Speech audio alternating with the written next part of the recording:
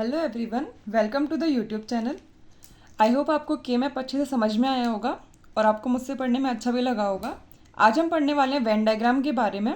ये बहुत छोटा सा टॉपिक है और बहुत इंटरेस्टिंग है, आप सबको पहले से पता भी होगा। और इसके बाद हम पढ़ेंगे Boolean functions, number of Boolean functions. ठीक है, वेन डायग्राम देखते हैं। वन वेरिएबल में क्या होता है, क्या क्या फंक्शंस बनते हैं वन वेरिएबल में। एफ इज इक्वल्स टू ए बन सकता है, वेरिएबल जो है ए है, तो एक फंक्शन हो सकता है एफ इज इक्वल्स टू ए। दूसरा हो सकता है ए बार, तीसरा हो सकता है ज़ीरो, या चौथा हो सकता है वन, है ना। तो इनका वेन डायग्राम कैसे बनता है, एक वेरिएबल है तो एक ही सर्किल, ठीक है। ए है, अंदर वाला पार्ट शेड करेंगे, ए बार है, बाहर वाला पार्ट शेड करेंगे। ज़ीरो है, कोई पार्ट शेड नहीं होगा। वन है ना, मतलब ए प्लस ए बार, ए प्लस ए बार ही तो वन होता है, ठीक है। टू वेरिएबल में आते हैं। मान लेते हैं दो वेरिएबल्स हैं, एक तो ए और एक बी, ठीक है। दो सर्कल्स बना लेते हैं।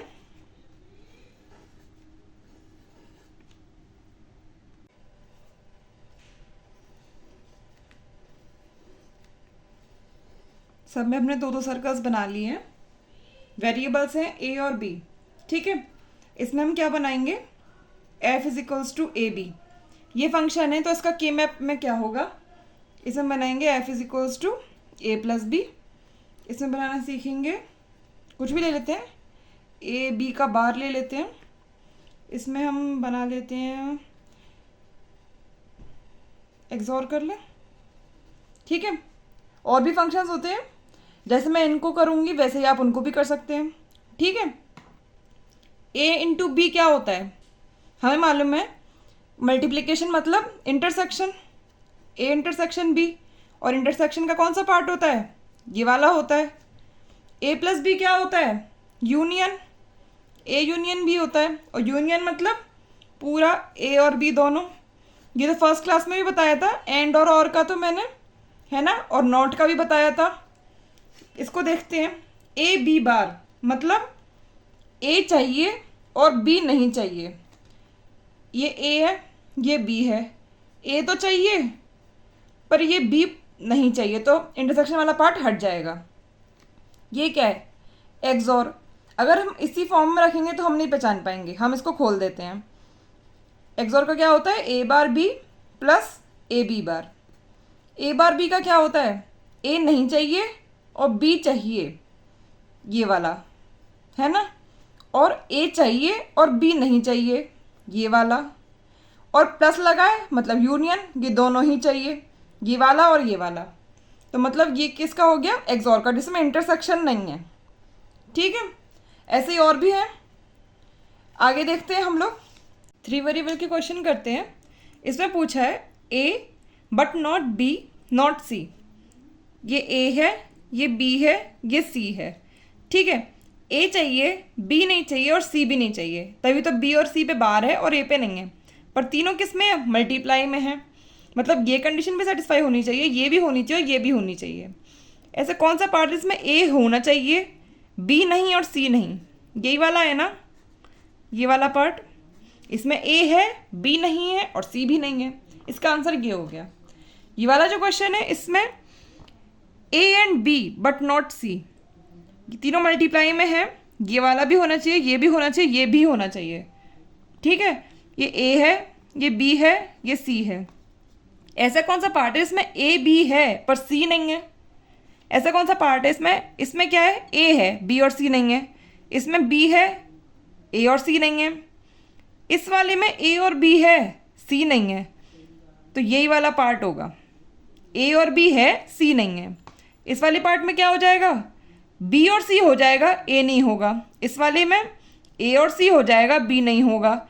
इस वाले में तीनों होंगे और इस वाले में तीनों नहीं होंगे, ठीक है। हमसे कौन सा पूछा था, ये वाला पार्ट, ठीक है, ये वाला पार्ट पूछा था, ए बी सी बार, ठीक है।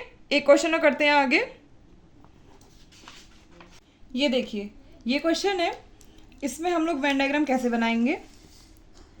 कितना है, थ्री वेरिएबल का वेन डायग्राम है। 3 सर्कल्स बना लेंगे। एक ए है, एक बी है, एक सी है, ठीक है। अब देखिए, पहला है ए चाहिए, बी चाहिए और बी नहीं होना चाहिए। एक ऐसा पार्ट जिसमें ए हो, बी हो और सी ना हो, वो कौन सा पार्ट है? ये वाला पार्ट है। इस पार्ट में ए है, बी है पर सी नहीं है ना। वो कौन सा पार्ट है जिसमें बी है, सी है पर ए नहीं है? ये कौन सा पार्ट है? बी है, सी है पर ए नहीं है, ये वाला पार्ट है। वो कौन सा पार्ट है जिसमें ए है, सी है पर बी नहीं है? ए और सी होना चाहिए, बी नहीं होना चाहिए, ये वाला पार्ट है। ए और सी दोनों होने चाहिए, इंटरसेक्शन होता है ना, मल्टीप्लाई तो है दोनों के बीच में। अगर खाली ए सी मानता तो ये पूरा होता, बी बार आ गया तो ये पार्ट कट गया। और ए भी नहीं चाहिए, बी भी नहीं चाहिए और सी भी नहीं चाहिए, मतलब ये ए बी सी है, इसको हटा दो। ए भी नहीं चाहिए, बी भी नहीं चाहिए और सी भी नहीं चाहिए, ये है, ठीक है। समझ में आ गया? अब हम दूसरा करते हैं। दूसरा कॉन्सेप्ट क्या है? Number of Boolean functions. हमें नंबर ऑफ वेरिएबल्स दिए जाएंगे और पूछा जाएगा कि इस वेरिएबल से, इतने वेरिएबल से कितने फंक्शंस बन सकते हैं। उससे एक सिंपल फॉर्मूला होता है 2 की पावर n, जहाँ पे n क्या है? नंबर ऑफ वेरिएबल्स, ठीक है। अगर हमारे पास 1 वेरिएबल है तो कितने नंबर ऑफ फंक्शंस बन सकते हैं? Number of functions is equal to 2 की पावर 1, मतलब 2 की पावर 2, मतलब 4 फंक्शंस बन सकते हैं 1 वेरिएबल से। क्या क्या? हमने चारों के वेन डायग्राम भी बनाए थे। मान लीजिए वो वेरिएबल ए है, तो क्या क्या फंक्शंस हैं? ए बार और 0 और 1, ठीक है। अगर नंबर ऑफ वेरिएबल्स 2 हैं तो क्या क्या फंक्शंस बन सकते हैं? कितने फंक्शंस बनेंगे? Number of functions is equal to 2 की पावर 2 की पावर 2, 2 की पावर 4, 2 की पावर 4 क्या होता है? 16 फंक्शंस बन सकते हैं अगर हम नंबर ऑफ वेरिएबल्स 2 लेंगे। हम लोग मान लेते हैं x और y, ये 2 वेरिएबल्स लिए हमने, तो क्या क्या बनेंगे? एक तो मल्टीप्लाई में 4 कॉम्बिनेशंस बनते हैं, X Y, X bar Y, X Y bar और X bar Y bar. Plus में बनते हैं 4 combination, X plus Y bar, X bar plus Y और X bar plus Y bar. 0 और 1 बनते ही बनते हैं।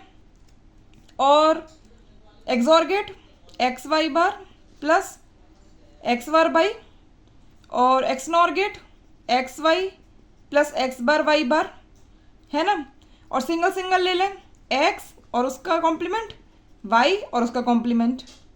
कितने फंक्शंस हो गए? 16। अगर दे रखा है X plus Y into Y bar, तो वो क्या होता है? एक्स ही तो होता है, क्योंकि ये तो 0 होता है ना। तो नंबर ऑफ वेरिएबल्स कितने हैं? 16। अगर n इज इक्वल्स टू 3 आएगा तो नंबर ऑफ फंक्शंस क्या होंगे?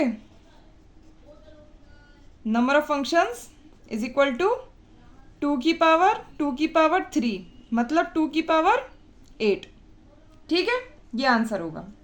हमें कोई भी n की वैल्यू दे दे, हम निकाल सकते हैं कि नंबर ऑफ फंक्शंस उसमें क्या होंगे, ठीक है। 2 का मैंने बता दिया कि इतने फंक्शंस होते हैं और ये होते हैं। इसके बाद हम एक टाइप के क्वेश्चन और देखेंगे, वो होता है कि सेटिस्फाई द कंडीशन। अगर आपको कहीं भी ये दिखेगा सेटिस्फाई द कंडीशन, इस तरह से बना होगा, ठीक है, तो जनरली क्या है? xn तक, और या तो सब पे बार होगा या किसी एक पे बार होगा, 2 पे बार होगा, 3 पे बार होगा। ऐसे जो क्वेश्चंस होंगे उसका आंसर कैसे निकलेगा? 2 की पावर n-1। n क्या है? नंबर ऑफ वेरिएबल्स जो यूज हुए हैं यहाँ पे 3 यूज हुए, तो यहाँ पे आंसर क्या होगा? ए पार्ट का आंसर क्या होगा? 2 की पावर 3-1, मतलब 2 की पावर 2, 2 की पावर 4, मतलब 16। सेकेंड क्वेश्चन में भी 3 वेरिएबल्स हैं, हमें नहीं पता कि कितनी बार आया, 1 बार की 2 बार की, सब पे बार है। सारे क्वेश्चन का एक ही फॉर्मूले से सॉल्यूशन है, 2 की पावर 2, 2 की पावर 4, 16। अगर यहाँ पे x, ये w भी होता आगे और यहाँ पे भी w या w बार होता, तो यहाँ पे क्या होता? 2 की पावर 3, ठीक है। और आंसर आता 2 की पावर 3, 8, 2 की पावर 8 आंसर आता, ठीक है। आगे देखते हैं। With 4 Boolean variables how many Boolean expressions can be formed. क्या पूछा है? एक्सप्रेशंस मतलब फंक्शंस।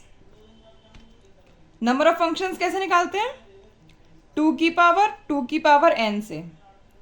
आप ये मत भूल जाना कि 2 की पावर n माइनस 1 किसका फॉर्मूला है? सेटिस्फाई द कंडीशन वाले क्वेश्चंस का। और नंबर ऑफ फंक्शंस या फिर नंबर ऑफ एक्सप्रेशंस पूछेंगे तो 2 की पावर n आता है, ठीक है, इसका n माइनस 1 आता है। इससे निकालेंगे n क्या है यहाँ पे? With 4 Boolean variables. Number of variables दे दिए 4। 2 की पावर 4 मतलब 2 की पावर कितना? 16। इसको हम डिवाइड कर दें 2 की पावर 10 में और 2 की पावर 6 में। 2 की पावर 10 क्या होता है? 1024 होता है, मतलब अप्रॉक्स 1000 के इक्वल हो गया ना। 1000 को क्या लिखते हैं हम लोग? के लिखते हैं। और 2 की पावर 6 क्या होता है? 64 होता है। तो आंसर क्या हो गया? 64K। ये आंसर है, ठीक है। आगे देखते हैं। ये क्वेश्चन जो है पुराने स्टाइल का है, जो हम लोगों ने पहले पढ़ चुके हैं बुलियन अलजेब्रा में, वही है। हमें क्या करना है? इसको रिड्यूस करना है और बताना है इनमें से कौन सा ऑप्शन सही होगा। कौन सा फॉर्मूला लगेगा? डी मॉर्गन्स लॉ, क्योंकि पूरे पे बार है। कैसे सॉल्व करेंगे? पूरे पे बार है, उसको हटाएंगे, मतलब इसका कॉम्प्लीमेंट करना है इस फंक्शन का। तो a का बार प्लस है तो मल्टीप्लाई, b बार है तो b प्लस है तो मल्टीप्लाई, c है तो c बार। ये प्लस है क्योंकि इस पर तो पूरे पे बार थोड़ी है, प्लस तो प्लस ही रहेगा। अब a बार है तो a प्लस है तो मल्टीप्लाई, b बार है तो b प्लस है तो मल्टीप्लाई, c बार है c है तो c बार।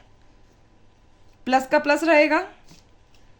a है तो a बार, b बार है तो b, c बार है तो c plus a b c तो एज इट इज रहेगा, इस पर थोड़ी बार लगा है, ठीक है। तो अब क्या है? a बार b और a बार b इस दोनों में है, a बार b और a b इन दोनों में है। इसको पास लिख लेते हैं, a bar b c bar plus a bar b c, और इन दोनों को पास लिख देते हैं a b c bar plus a b c। a bar b common ले लेंगे, c bar plus c plus a b, c bar plus c क्या हो जाता है? 1 1। तो a bar b plus A B common लेंगे, a बार प्लस a, ये भी 1 हो गया। आंसर क्या आ गया? b। कितना बड़ा क्वेश्चन था और आंसर क्या आया है? b, ठीक है। हम लोग ये वीडियो यहीं ख़त्म करते हैं। एक और वीडियो बनेगा चैप्टर 1 पे, ड्युअलिटी और सेल्फ ड्यूअल फंक्शंस के ऊपर, ठीक है। उसके बाद चैप्टर 1 ख़त्म हो जाएगा। Thank you.